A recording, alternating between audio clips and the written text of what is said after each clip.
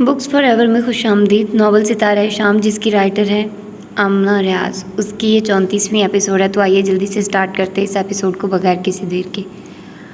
اور یوں میری شادی رجب سے ہو گئی، گو کہ میں ان سے عمر میں خاصی چھوٹی تھی، شاید 16 سال یا 16 سال کچھ مہینے میری عمر رہی ہوگی، لیکن تمہارے بابا سے میری بہترین ذہنی ہم آہنگی تھی۔ بعض اوقات ایسا ہوتا کہ وہ کچھ سوچ رہے ہوتے اور وہ بات میرے لبوں سے ادا ہو جاتی، اور کبھی میرے ذہن میں کچھ چل رہا ہوتا تو ان کو اس بات کی خبر میرے کہے بنا ہو جاتی۔ ایک دوسرے سے محبت کرنا، احساسات و ترجیحات کی قدر کرنا، عزت دینا، میرا خیال ہے میوچل انڈرسٹینڈنگ اسی کو کہتے ہیں۔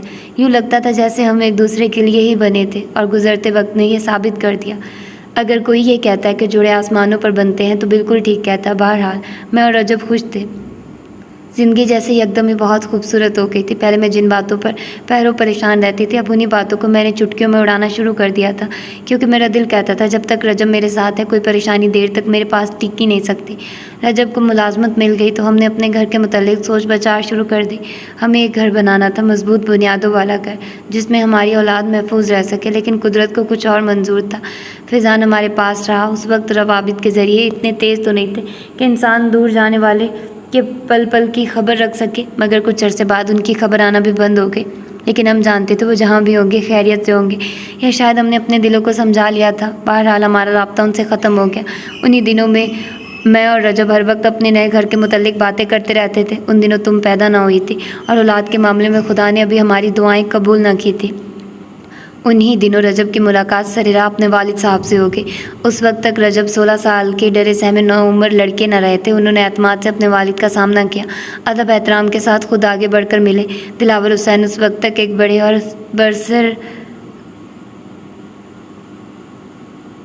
آور زمیندار مانے جانے لگے تھے۔ ان کا شملہ اونچا ہو چکا تھا اور وہ چودھری کہلوانے لگے تھے، لیکن میں نے اپنی آنکھوں سے دیکھا اونچے شملے والے چودھری دلاور حسین نے اپنے بیٹے کے سامنے آتے ہی بھرے بازار میں رونا شروع کر دیا تھا۔ رونا آسان نہیں ہوتا، آنسو انسان کا خون جگر ہوتے، اس کی کمزوری کی علامت۔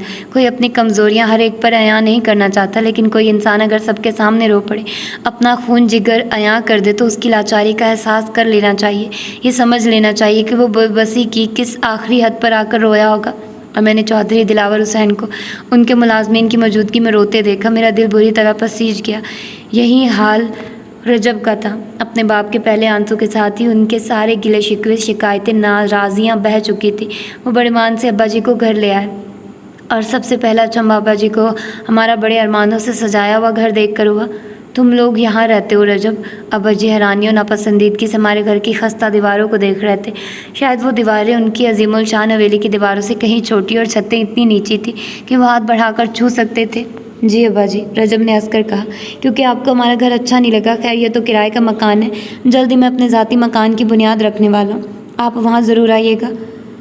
اور جو اتنی بڑی حویلی ہے، ابا جی کے مبہم بات میں جو اشارہ تھا وہ ہمیں سمجھنے میں ایک پل بھی نہ لگا۔ وہ آپ کے باقی بچوں کے لیے ہے ابا جی، اسے انہی کے لیے رہنے دیں۔ رجب نے سر جھکا کر لیکن مستحکم لہجے میں کہا تھا، نہ پتر نہ، وہ تیرے بہن بھائی نہیں، پہلے تو میرے لیے اہم ہے، پھر وہ سب۔ میرا سب کچھ تیرا ہی ہے، دل چاہے تو ان کو بھی دے دینا، ورنہ میں اپنا سب کچھ تیرے نام لگا دوں۔ چھوڑیے بھی ابا جی، اینٹ گارے کی عمارتیں لے کر میں نے کیا کرنا ہے؟ میرے حصے کی محبت تو آپ مجھے دے نہ سکے۔ شکوہ بالآخر زبان پر آ ہی گیا تھا۔ پھر دونوں باپ بیٹے میں طویل گفتگو ہوئی، شکوے، شکایتیں اور ان شکووں کو روکنے کے لیے دلائل۔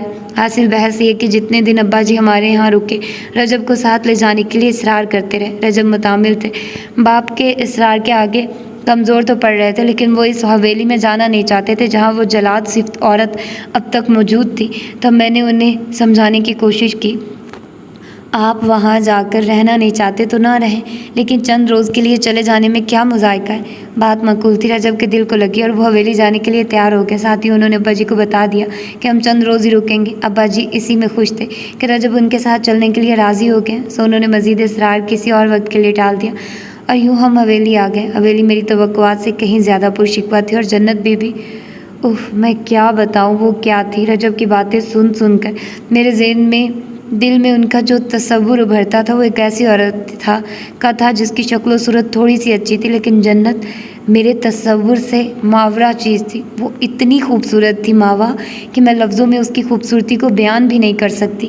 لگتا ہی نہ تھا کہ وہ اتنے بڑے بڑے بچوں کی ماں ہے، زیادہ سے زیادہ ان کی بڑی بہن لگتی۔ اس حساب سے تمہارے دادا کے ساتھ اس کی جوڑی بڑی بے ڈھب لگنے لگی تھی۔ کہا وہ لمبی سفید ریش والا اونچا لمبا لیکن ناتواں آدمی جسے بیٹے کی جدائی نے کچھ زیادہ ہی بوڑھا کر دیا تھا، اور کہا وہ کسی سانچے میں ڈھلی ہوئی نظر و دل کو ٹھٹکنے پر مجبور کر دینے والی عورت۔ بولتی تو اس کے لبوں سے گویا پھول جھڑتے تھے۔ اتنی میٹھی محبت بھری زبان سن کر مجھے رجب کی ساری باتیں من گھڑت لگنے لگی۔ شاید اپنی حویلی سے بھاگ جانے والی بات جسٹیفائی کرنے کے لیے انہوں نے جھوٹی سچی کہانی بنا لی تھی۔ بہرحال میں جنت کی خوبصورتی سے مروب ہوئی تھی، تو اس کی شیریں بیانی نے مجھے چاروں شانے چت کر دیا تھا، اور زری بالکل اپنی ماں کا پرتو تھی، ویسی ہی دلکش، وہ طرح دار انداز، یا شاید وہ اپنی ماں کا عکس تھی، یا غالباً اس سے کچھ کم خوبصورت تھی۔ جیسے ایک ہی دکان سے ایک کمپنی کا ایک ہی رنگ کا دھاگا 19 پیس کے فرق کے ساتھ ہاتھ میں آتا ہے، تو یہی حال جنت اور زری کا تھا۔ وہ خوبصورت تو تھی لیکن جنت والی بات اس میں نہ تھی۔ پھر بھی فضان نے اس کے آگے دل ہار دیا۔ ہم وہاں 15 یا 20 دن رکے۔ اس دوران خدا معلوم ان دونوں کے درمیان کیا بات چیت ہوئی۔ واپس آ کر فضان نے میرے سامنے اپنی خواہش رکھ دی۔ ماوا کو اسی قصے میں سب سے زیادہ دلچسپی تھی، لہٰذا وہ ہمتن گوش ہو کر بیٹھ گئی، بلکہ ہمتن گوش تو پہلے ہی تھی، اب اور توجہ سے سننے لگی۔ لیکن میں نے فضان کی خواہش کو رد کر دیا۔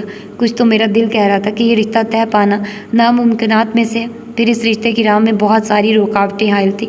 عمر کا فرق، رتبے کا فرق، سب سے بڑی بات جو مجھے اپنے حویلی میں قیام کے دوران ہی پتہ چل چکی تھی، وہ یہ کہ زری کا رشتہ اس کی چھوٹی بھاوج کے بھائی سے طے پا چکا تھا۔ یہی ساری باتیں فیضی کے سامنے رکھ کر میں نے انکار کر دیا کہ یہ رشتہ ممکن نہیں، وہ زری کو بھول جائے۔ فضان اس وقت بہت کم عمر تھا، کوئی کریئر نہیں تھا اس کا، لیکن اس عمر کی جذباتیت کے ہاتھوں تقریباً خفا ہو کر یہ جرمنی چلا گیا۔ آگے کی اس کی جدوجہد کی داستان تو تمہیں معلوم ہے۔ ہم اپنی زندگیوں میں مست رہے۔ فضان نے فیاض بھائی کو اپنے پاس کس طرح بلایا اور اپنے قدم جمانے کی کیا کچھ کیا تم جانتی ہی ہو، اس لیے یہاں ان باتوں کا ذکر غیر ضروری ہوگا۔ میں تمہیں تمہارے دادا کی حویلی کے متعلق بتا رہی تھی۔ ہم حویلی سے واپس تو آ گئے تھے، لیکن پھر اکثر وہاں جانے لگے۔ میں غریب گھر کی تھی، مجھے حویلی کے وہ ٹھاٹھ زیادہ اچھے لگتے تھے۔ پھر جنت کے حسن و محبت کا سحر بھی مجھ پر چل چکا تھا۔ رجب معترض ہوئے تھے، لیکن میں بس سیدھی اسرار انہیں حویلی لے جاتی، لیکن میں یہ نہیں جانتی تھی کہ اندر ہی اندر وہ کیا پلاننگ کر رہے ہیں۔ انہوں نے چپکے نوشہرہ جانے کی تیاری کر لی تھی اور مجھے کانوں کان خبر نہ ہونے دی تھی۔ وجہ شاید یہی تھی کہ وہ مجھے جنت کے سحر سے بچانا چاہتے تھے۔ نوشہرہ اور روانگی سے کچھ روز پہلے ہم مستقیم کی شادی میں حویلی گئے۔ وہی میری پہلی ملاقات دلہن بنی ثروت سے ہوئی۔ ثروت؟ یہ نام سن کر ماوا ٹھٹک گئی۔ اس نے زیر لب دہرایا، ہاں ثروت، اینیا کی ممی۔ سمینہ نے سابقہ اطمینان سے جواب دیا، ساتھ ہی بغور اس کے تاثرات کا جائزہ لیا تھا، حالانکہ بغور جائزہ لینے کی ضرورت تو نہیں تھی، سب کچھ صاف نظر آ رہا تھا۔ ماوا ہمارے تعجب کی کھلی آنکھوں اور کھلے منہ کے ساتھ ہکا بکا سمینہ کو دیکھ رہی تھی۔ ثروت آنٹی، اینیا کی ممی۔ چند منٹ بعد بالآخر وہ تعجب و بے یقینی کے اثر سے نکلنے کے بعد بولنے کے قابل ہو ہی گئی تھی۔ اس کا مطلب تو یہ ہوا کہ دانیال انکل میرے چچا۔ اس کا جملہ بیچ میں ہی رہ گیا۔ سمینہ نے اس کی بات تیزی سے کاٹی تھی، ارے نہیں بھائی، ثروت دراصل تمہارے سوتیلے چچا مستقیم بھٹی کی پہلی بیوی ہیں۔ مستقیم سے طلاق کے بعد انہوں نے دانیال حسن سے شادی کر لی تھی۔ یا اللہ! ماوا نے اپنا سر دونوں ہاتھوں سے تھام لیا۔ یہ کیا گڑبڑ ہے ممی؟ کس طرح کی انکشافات کر رہی ہیں آج آپ کا؟ میں نے یقین نہیں کر پا رہی۔ اس کی بات پر سمینہ بے مقصد مسکرا دی۔ تم ابھی سے تھک گئی، ابھی تو بہت کچھ ایسا ہے جس سے تمہیں آگاہ ہونا ہے۔ تھکی نہیں ہوں، لیکن حیران ضرور ہو گئی ہوں۔ اس نے بالوں میں انگلیاں پھنسا کر گہری سانس بھرتے ہوئے کہا تھا۔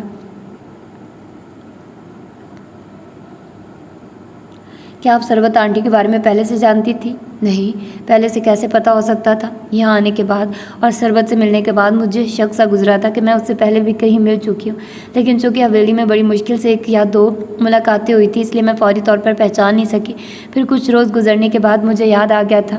اینیا، ولی اور ولید تو شاید اس بارے میں لا علم ہوں گے کہ ثروت آنٹی کی پہلے بھی کہیں شادی ہوئی تھی۔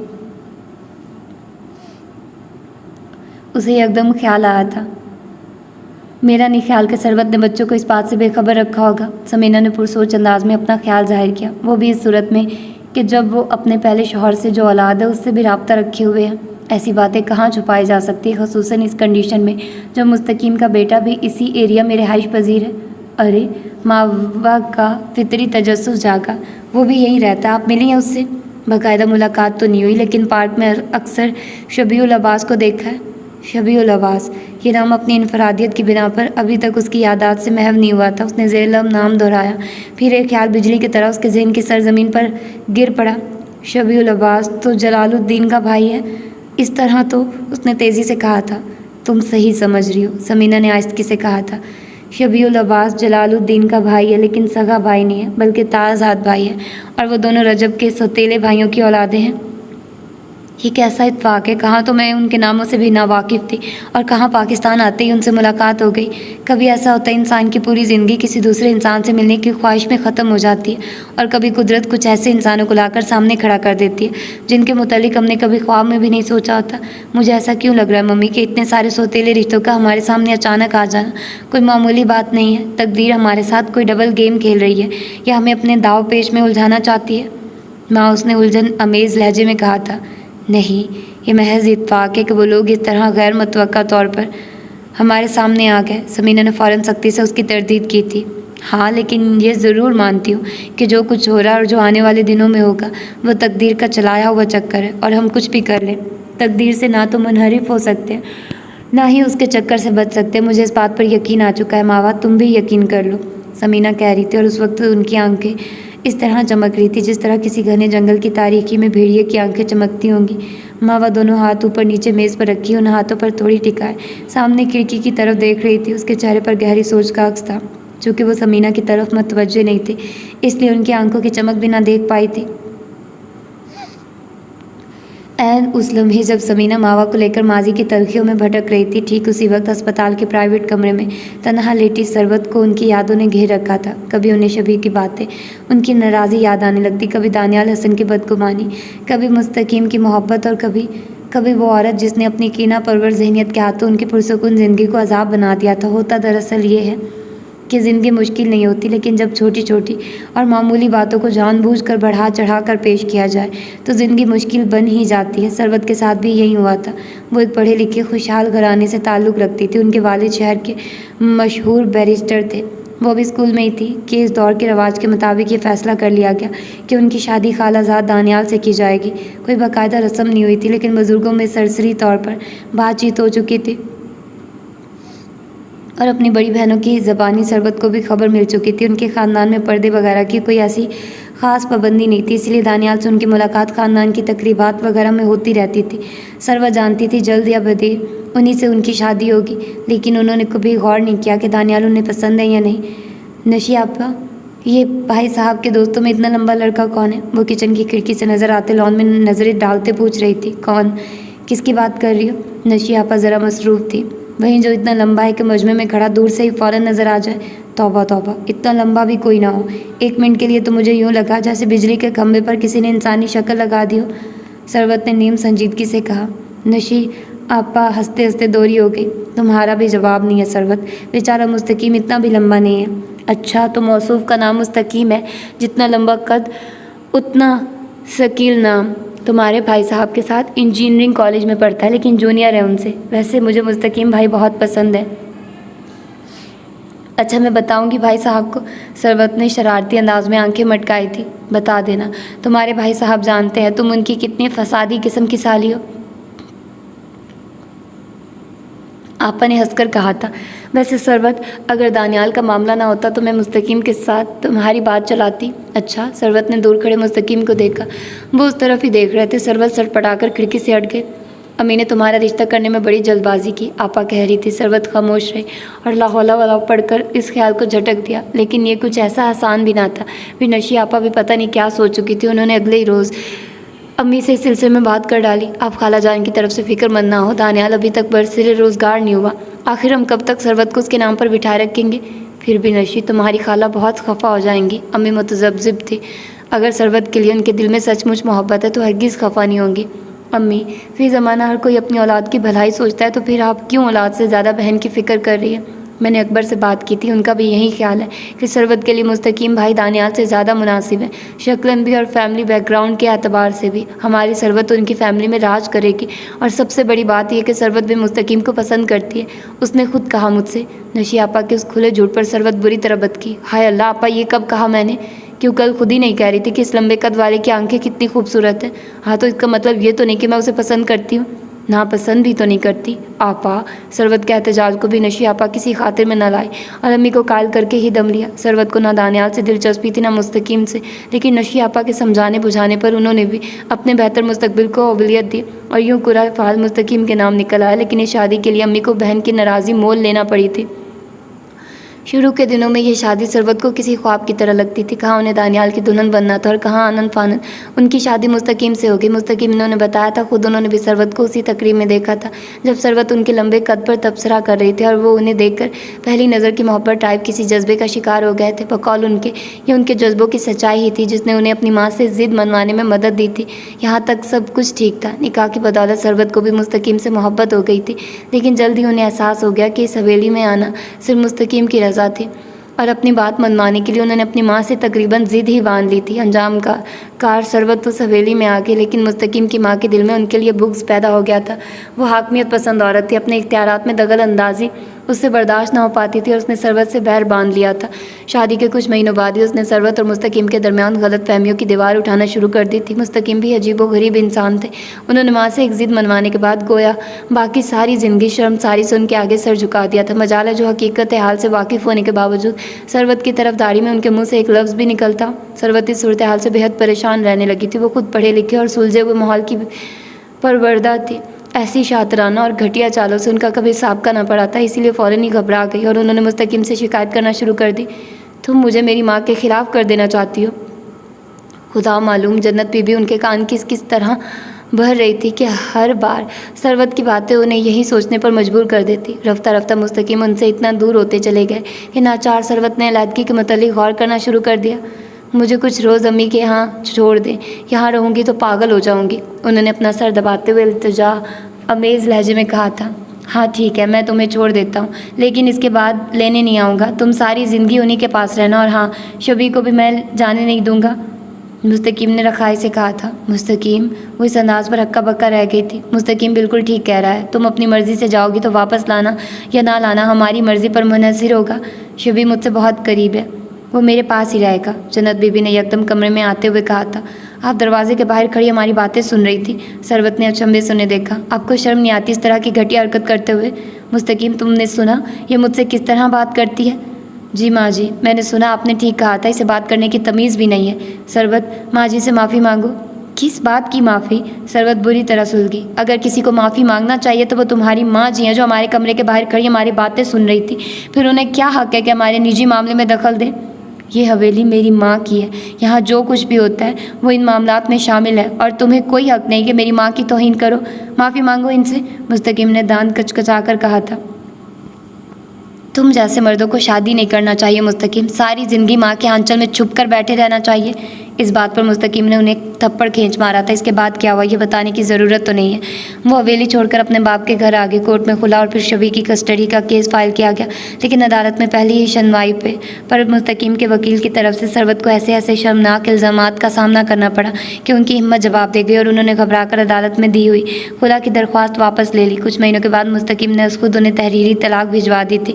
अलबत्ता शबी को देने पर वो राज़ी नहीं था। नाचार सरवत ने दिल पर जबर की सिल रख ली। कानून की मदद लेने की सूरत में उन्हें फिर अदालत जाना पड़ता, फिर उनके किरदार पर कीचड़ उछाला जाता और फिर वो ज़हनी तोड़फोड़ का शिकार होती। तकरीबन साल भर के बाद खाला फिर उनके लिए सवाल ही बनकर आ गई। तब अम्मी ने ज़िद पकड़ ली। दानियाल तुम्हारे लिए सबसे बेहतर है, मुस्तकीम के लिए भी। नशी ने दबाव डाला तो मुझे मानना पड़ा था, वरना सच्ची बात है उसकी माँ मुझे ऐसी लगी ही नहीं थी जो औलाद का घर बसने दे। लेकिन अम्मी, बेटे मुझ पर भरोसा करो, माँ हूँ तुम्हारी, दुश्मन नहीं। दानियाल के दिल में तुम्हारे लिए मोहब्बत है, वरना कौन यूँ ठुकरा जाने के बाद वापस आता है, वो भी तलाक याफ्ता और एक बच्चे की माँ के लिए। अम्मी ने उनके हर एतराज़ को रद्द कर दिया और जिस तरह अचानक उनकी शादी मुस्तकीम से हुई थी, फिर तलाक भी आनन फानन हो गई, उसी तरह दानियाल से शादी भी हो गई। अम्मी की बात दुरुस्ती थी। दानियाल के दिल में सचमुच उनके लिए मोहब्बत थी। शादी के बाद हर दिन ये मोहब्बत गहरी होती गई, लेकिन दानियाल के दिल में मुस्तकीम की तरफ से एक चुभन थी जो एक रोज़ मार्केट में गैर मतवक्का तौर पर मुस्तकीम से मिलकर गहरी हो गई।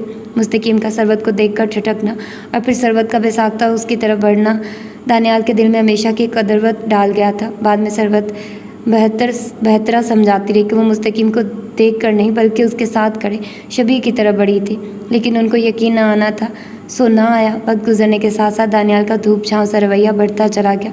सरवत आदी होकर भी आदी ना हो सकी। एक बार तलाक का दाग उनके दामन पर लग चुका था। दूसरी बार भी खुदा न ख्वास्ता इस मरहले से गुजरकर वो खुद को बुरी औरत नहीं कहलवाना चाहती थी। हमारा मुआशरा किसी औरत को एक बार तलाक याफ्ता होने पर माफ़ कर सकता है, लेकिन दूसरी बार हरगिज़ नहीं।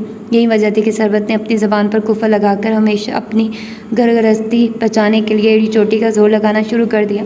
लेकिन इतनी कोशिशों के बावजूद, इतने ढेर सारे सालों की रफ़ाकत भी उन्हें बदगुमानी की उस दायरे से बाहर न निकाल सकी थी जो दानियाल ने उनके गिर्द खींच रखा था।